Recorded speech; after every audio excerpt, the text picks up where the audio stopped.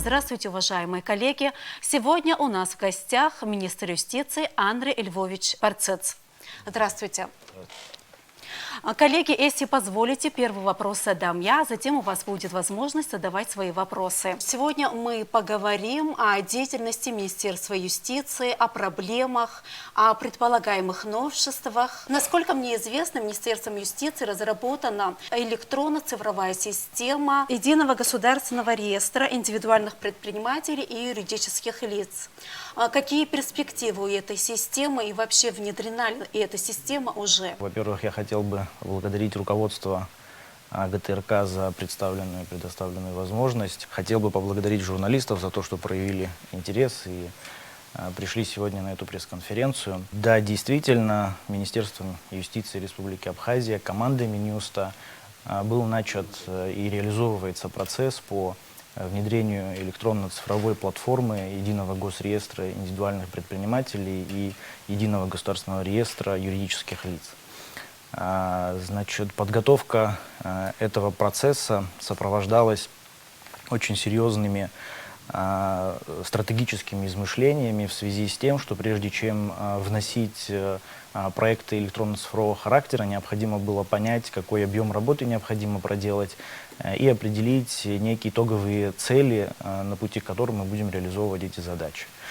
В реализации концепции создания цифровых ЕГРИП и ЕГРЮЛ Министерство юстиции оказало очень серьезную поддержку Министерства по налогам и сборам. Это команда очень опытных молодых людей, больших профессионалов и специалистов, которые в рамках непосредственно своей ведомственной деятельности уже имели некую платформу, некую базу, в которой работали непосредственно они. После того, как мы обратились к руководству МНС, мы достигли на тот период соглашения, договоренности о том, что мы будем готовить эту программу и создавать некую единую платформу для более быстрого и оперативного обмена данными. В рамках этих измышлений мы пришли к тому, что нам необходимо будет в перспективе создать некую тройственную систему электронно-цифровую, которая будет включать в себя три основных ведомства. Ну, в первую очередь, как регистрирующий орган, это Министерство юстиции, как первичное внесение данных.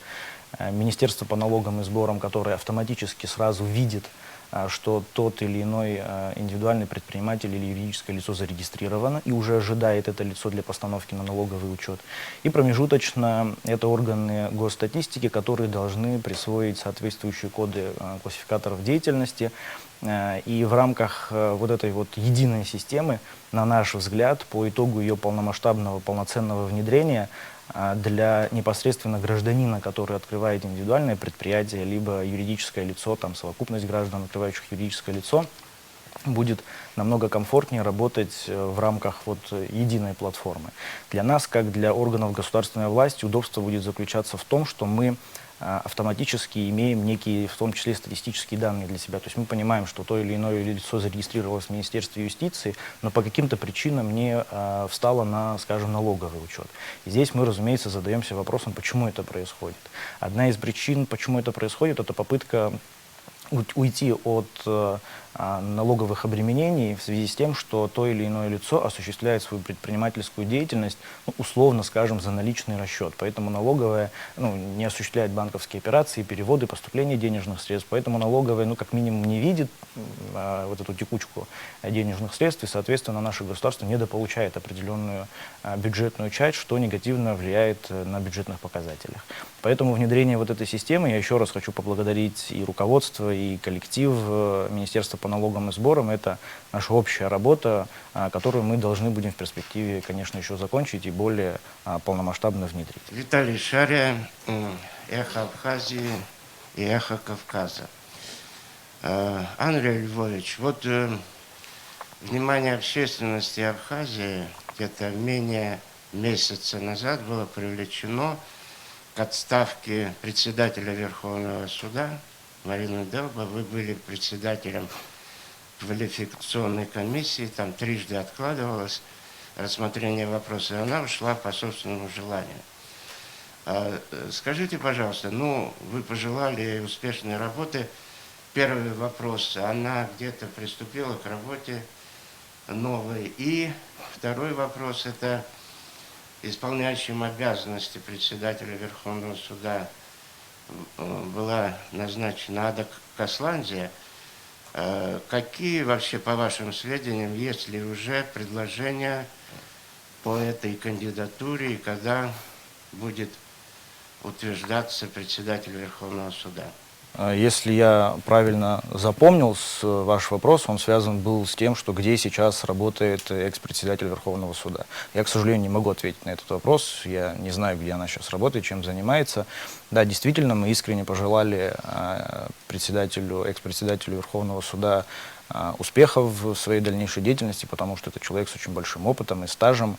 Ну вот, было принято такое решение ею, и на сегодняшний день, чем она занимается, я вот, к сожалению, не обладаю такой информацией. Что касается второго вашего вопроса, вы говорили о назначении исполняющим обязанности. Здесь немного неверно. Исполняющим обязанности лицо не назначается, а таковые функции переходят по требованию законодательства. И говорить о том, кто потенциально может претендовать на роль председателя, на должность председателя Верховного суда, ну, как минимум, с моей стороны, будет некорректно.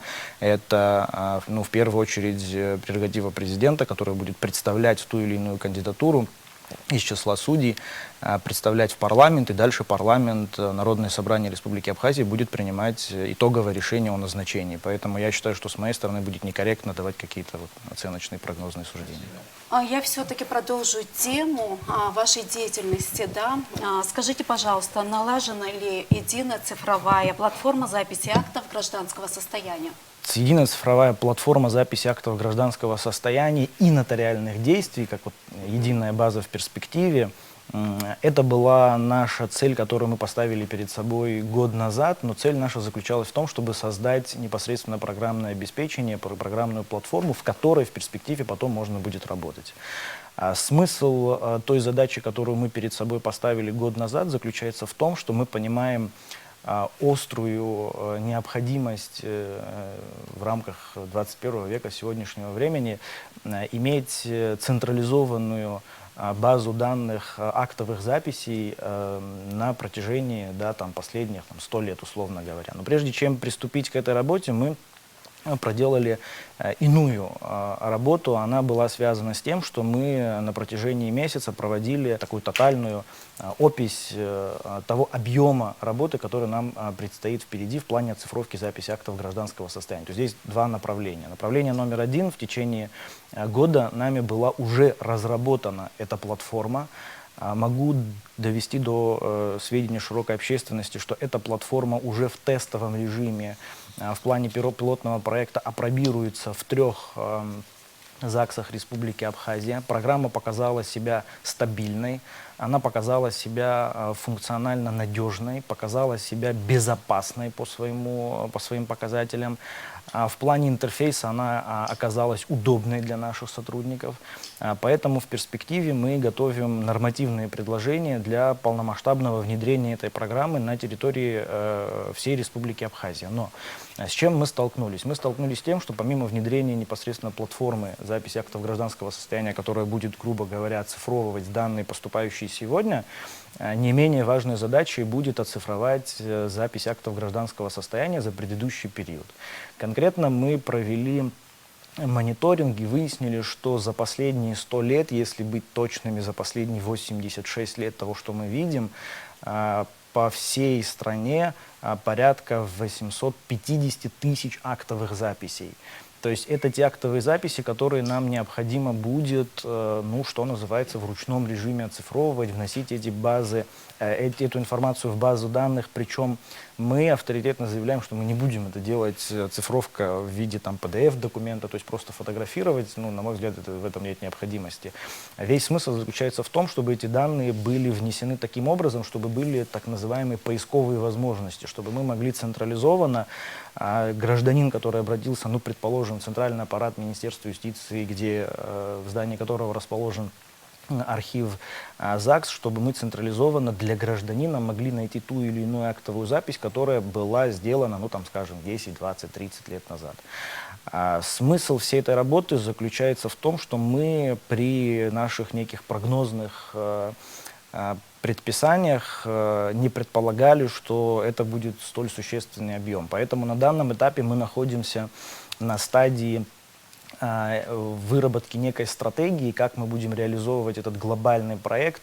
Я уже как-то в одном из интервью говорил о том, что, вероятнее всего, в ближайшее время мы будем обращаться в том числе к широкой общественности, к молодежным организациям, к волонтерским организациям, для того, чтобы они оказали нам посильное содействие в оцифровке записи актов гражданского состояния. То есть это будет такой крупный, широкомасштабный проект, в который мы хотим привлечь большое количество молодых специалистов, в том числе и юристов по образованию, потому что помимо прикладной помощи это будет и получение практических навыков, юридических знаний, понимание того, что из себя представляет актовая запись, как она выглядит, реестровые книги и многое другое. Поэтому я думаю, что если мы обратимся к молодежным организациям в том числе и получим соответствующий отклик, и наша работа, вот такая волонтерская совместная работа, получит нужный для нас объем реализации, мы предполагаем, что мы сможем реализовать этот глобальный проект оцифровки 850 тысяч актовых записей в разумные сроки.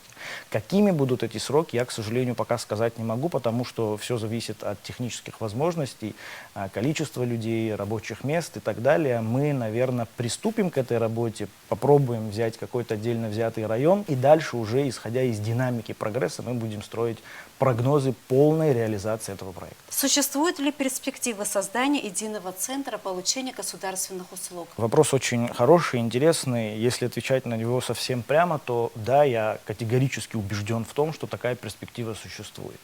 Но, откровенно говоря, вся наша деятельность, связанная с цифровкой записи актов гражданского состояния, нотариальные действия, единая база ЕГРИП и ЕГРЮЛ, большое количество иных точечных направлений цифровизации, которыми мы занимаемся в рамках Министерства юстиции, вот все вот эти действия в конечном итоге, в перспективе направлены на создание единой платформы, которая может превратиться в единый многофункциональный центр, мои документы, госуслуги. Иными словами, это будет центр обращения в одно окно. Но для того, чтобы такой центр когда-нибудь получился, его можно было открыть, мы убеждены, что первичным фундаментом этого центра должны быть те данные, которые мы сегодня имеем на бумажных носителях, и именно те данные, которые мы с таким усердием пытаемся оцифровывать на протяжении вот уже более чем года. Перспектива абсолютно однозначно есть. Мы медленно, но методично движемся в этом направлении. Хотелось бы спросить у вас, Не могу существует ли единая база членов партии, исключающая нахождение одних и тех же лиц в двух или нескольких партиях? Действительно, мы работаем в данное время над этим направлением. Смысл наших действий заключается в том, что первично мы принимаем списки членов политических партий, в которых указаны имя, фамилия и паспортные данные. То есть мы видим персональный состав политических партий. Но в перспективе, когда партия проходит перерегистрацию, либо с течением времени открываются новые партии, эти партии присылают всего лишь общее количество, то есть мы пофамильный список не видим. У нас готовятся нормативные предложения законодательного характера для того, чтобы на данном этапе мы получили возможность, в том числе и в период перерегистрации, получать персональный состав политических партий. И отдельно мы готовим электронный реестр вот этих зарегистрированных у нас политических партий для того, чтобы мы могли на базе Министерства юстиции, используя эту программу, видеть, являются ли одни и те же лица участниками, скажем, двух и более политических партий, что нарушает требования законодательства. Поэтому такая база у нас тоже находится в стадии разработки. Мы знаем, что для получения гражданства Республики Абхазия соискатели должны сдать экзамен на знание основных положений Конституции Абхазии.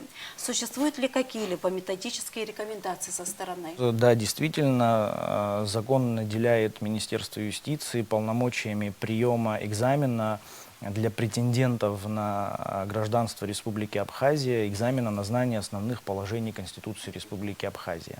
Мы, безусловно, на данном этапе предоставляем возможность получения на бумажном носителе тех или иных рекомендаций для подготовки к этому экзамену, но на данном этапе у нас есть мысли, уже готовится проект подготовки такого широкомасштабного подхода к принятию этого экзамена. Смысл этого проекта заключается в том, что мы хотим внедрить значит, возможность тестирования при принятии этого экзамена для целей минимизации субъективизма, человеческого фактора, и чтобы те претенденты, соискатели на гражданство могли более комфортно и спокойно в рамках общения с тестом, с компьютером сдать этот экзамен, в котором будут уже те основные вопросы, которые заложены в методических рекомендациях. Но помимо этого мы готовим еще ряд методических пособий, таких коротких, понятных, написанных не на тяжелом юридическом языке, а на более простом, облегченном языке, для того, чтобы наши граждане, ну, в том числе те, кто не обладают профильным юридическим образованием, могли понять суть тех вопросов, которые будут перед ними ставиться в рамках этого экзамена. Поэтому концептуально мы этот вопрос тоже на данном этапе прорабатываем и думаю, что в ближайшее время мы закончим. Вопрос следующий касается инвестиций. Все мы говорим об инвестициях. Что мы можем предложить для защиты инвестиций иностранных? Ну вот мы как-то об этом уже говорили. Мы в рамках Министерства юстиции подготовили предложения и будем с ними выходить, связанными с предоставлением так называемого сертификата о благонадежном состоянии предприятия, компании, Certificate of Good Standing. Это аналог международного сертификата, в котором включаются сведения ну, это что-то вроде выписки из единого реестра. Помимо этого, это сведения о том, есть ли у той или иной компании задолженность в налоговых органах, отдельно сведения, есть ли у той или иной компании судебный арбитражный процесс, последствием которого может стать ликвидация этой организации или реорганизация. Вот эти сведения будут входить в этот сертификат. Мы уже провели ряд переговоров, в том числе и с торгово-промышленной палатой, и с арбитражным судом разговаривали, с налоговой разговаривали и получили поддержку со всех сторон. То есть это будет такой некий единый справочный центр вот этих вот сведений, который потом превратится в некий сертификат. В плане защиты инвестиций, поддержки предпринимателей это будет работать следующим образом. Если, предположим, иностранный инвестор будет иметь намерение заключить соглашение о совместном предпринимательстве с некой абхазской компанией, он может запросить этот сертификат и быть уверенным в том, что это не там какая-то компания-однодневка, которая вчера была там создана или имеет существенные долги перед государством, что уже характеризует ее не как самого добропорядочного налогоплательщика. Это будет такой комплексный документ, который будет характеризовать предприятие как добросовестное. Какова позиция Минюста в вопросе преобразования деятельности службы судебных исполнителей Абхазии? Служба судебных исполнителей Республики Абхазия – это молодой орган. Мы на протяжении длительного времени, прошедшего года, концептуально размышляли о том, какие существенные преобразования могли бы улучшить качество работы, оперативность работы данного структурного подразделения. Пришли к тому, что методологически после ряда совещаний мы усилили работу службы судебных исполнителей. Вы наверняка могли быть свидетелями громких выселений, громких сносов. И по итогу мы пришли к тому, что существенным техническим моментом является попытка внедрения технологий электронного судебного производства. Эта технология поможет нам в режиме оперативности иметь контактный обмен данными, в первую очередь, с органами, расположенными на государственной границе, с банками нашими, с пенсионным фондом и иными организациями, чтобы мы могли в рамках исполнительного производства оперативно либо блокировать денежные средства, либо осуществлять запрет на выезд за пределы территории Республики Абхазия. Но вот как я уже сказал, для оперативной деятельности в этом направлении нам необходимо электронное исполнительное производство. Мы в рамках встречи с российскими коллегами уже это проговаривали. Мы, скорее всего, будем перенимать российский опыт, и наши российские коллеги подтвердили намерение оказать нам в этом существенное содействие. Давайте немного статистики в наш разговор. Много ли граждан обращаются в органы ЗАГСа по перемене национальной принадлежности? Я не могу сказать, что по перемене национальной принадлежности обращается много граждан, чтобы это могло броситься в глаза. Я не знаю, к сожалению или к счастью. В то же время в полномочия и компетенции Министерства юстиции, органов ЗАГС входит эта функция. Я думаю, что ни для кого не будет секретом, что большее количество подобного рода заявлений сосредоточено на территории Галского района, где граждане пытаются восстановить свою национальную принадлежность, этническую принадлежность, пытаются восстановить свою исконную фамилию. И Министерство юстиции здесь действует в строгом соответствии с законодательством. Мы очень внимательно отслеживаем все эти процессы, плотно взаимодействуем со службой госбезопасности. Занимается ли Минюст научной деятельностью? У нас в плане на базе научно-исследовательского института судебных экспертиз при Министерстве юстиции создание электронного журнала периодичностью в квартал, в котором мы будем публиковать наши, имеется в виду сотрудников Министерства юстиции, научно-практические измышления, возникающие по ходу реализации нашей профессиональной деятельности, с одной стороны. Ну и, разумеется, это будет открытый журнал, в котором мы будем приглашать к публикации студентов, аспирантов, кандидатов наук, докторов наук, для того, чтобы сконцентрировать мысли, связанные с преобразованиями в области юстиции в рамках единого электронного научно-практического журнала. Это есть у нас в плане, мы уже подготовили концептуальную основу этого журнала и думаю, что в течение разумного времени мы сможем реализовать этот проект в том числе. Помимо этого, мы с командой Минюста периодически принимаем участие в разных онлайн-курсах повышения квалификации. В рамках пандемии понятно, что ездить куда-то очень сложно. Но мы воспользовались возможностями получения онлайн-курсов повышения квалификации.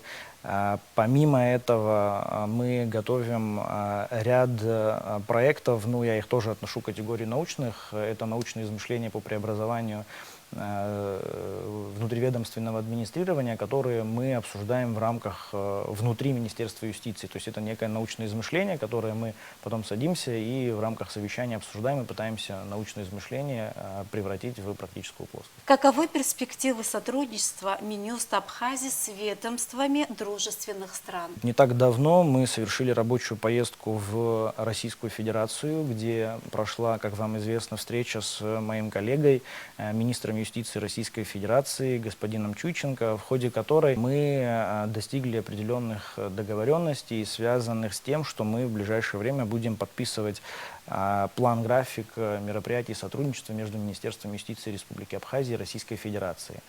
Данное соглашение уже готово и прошло все этапы согласования в Республике Абхазия.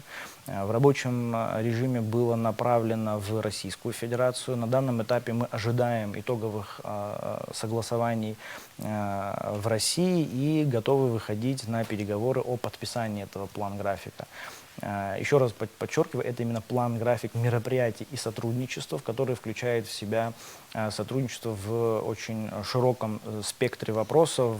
Это и то, что мы с вами обсуждали, запись актов гражданского состояния, платформа ЕГРИП и ЕГРЮЛ, платформа нотариальных действий и многое-многое другое. То есть все это очень подробно заложено в этот программный документ, и мы выходим скоро на подписание.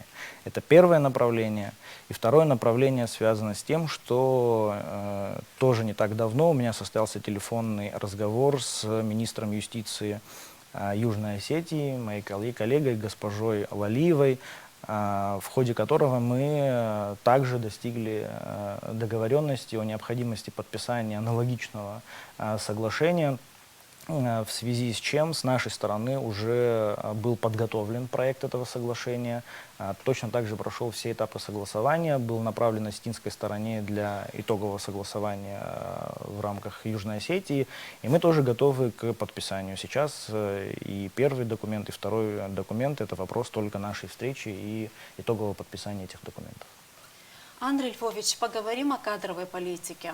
Хватает ли молодых кадров и какие у вас требования? В рамках реализации кадровой политики Министерства юстиции командой Минюста была разработана и уже внедрена двухуровневая система кадровой политики. Это первое, значит, кадровый резерв Министерства юстиции, и второе — это конкурсный подбор кадров в Министерство юстиции.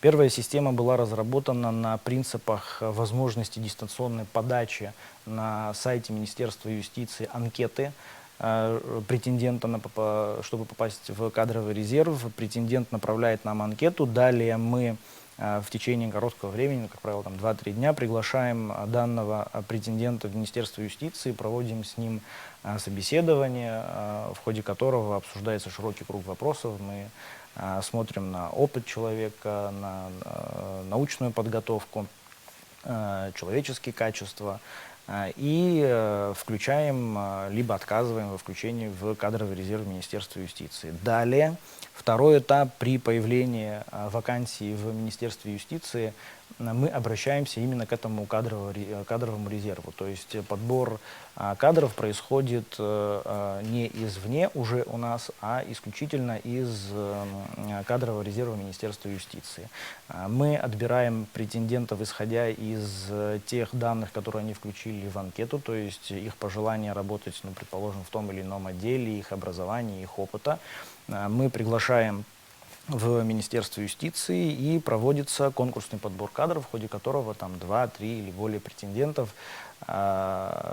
приходят на собеседование, и специальная комиссия принимает соответствующее решение о принятии на штатную должность того или иного претендента. Но здесь мы сочли для себя возможным сделать так, чтобы те наши внештатные сотрудники, которые работают с нами, помогают нам вне штата, то есть не получают заработную плату на протяжении длительного времени, используя институт помощника министра юстиции, разумеется, мы этим лицам отдаем приоритет в силу того, что вот у нас на сегодняшний день порядка 2 сотрудника, которые ежедневно с 9 утра до 6 вечера приходят как на работу, они находятся вне штата, они выполняют огромный объем работы.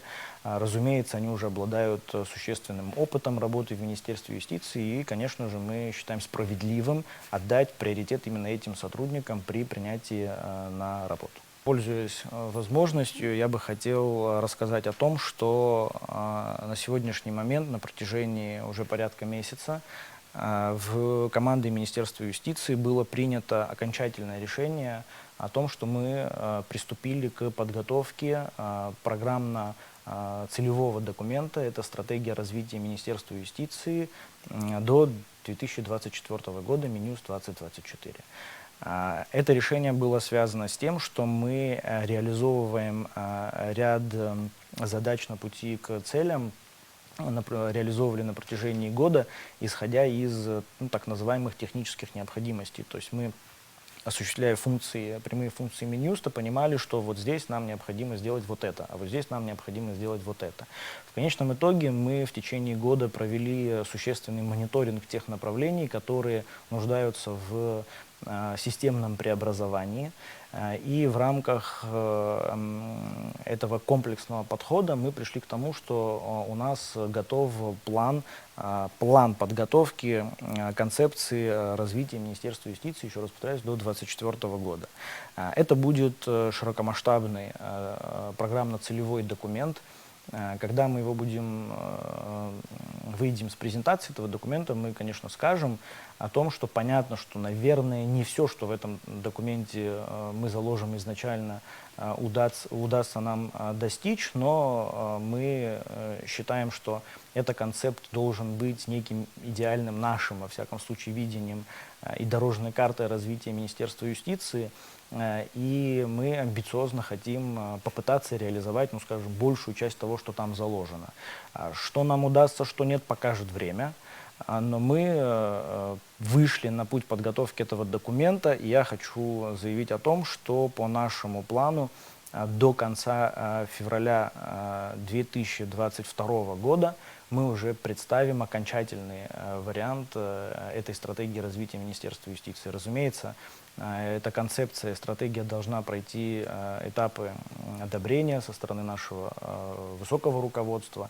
И здесь, пользуясь случаем, я не могу не сказать и не выразить большую благодарность президенту Республики Абхазия Аслану Георгиевичу Бжане за широкомасштабную поддержку всех наших проектов. Могу вам с удовольствием сказать о том, что не было еще ни одного проекта предложения Министерства юстиции, которое мы совместно внимательно не изучили бы, не получили бы полное добро, в том числе и большая поддержка со стороны премьер-министра Республики Абхазия Александра Золотинскевича Анкваб. То есть я хочу сказать о том, что наше руководство нас всячески поддерживает. Для нас это очень большой стимул.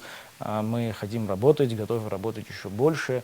Такая поддержка очень стимулирует к покорению новых вершин. И, наверное, очень большое количество тех вопросов, в том числе о которых мы сегодня говорили, нам не удалось бы реализовать, если бы мы не имели такую тотальную поддержку со стороны нашего руководства.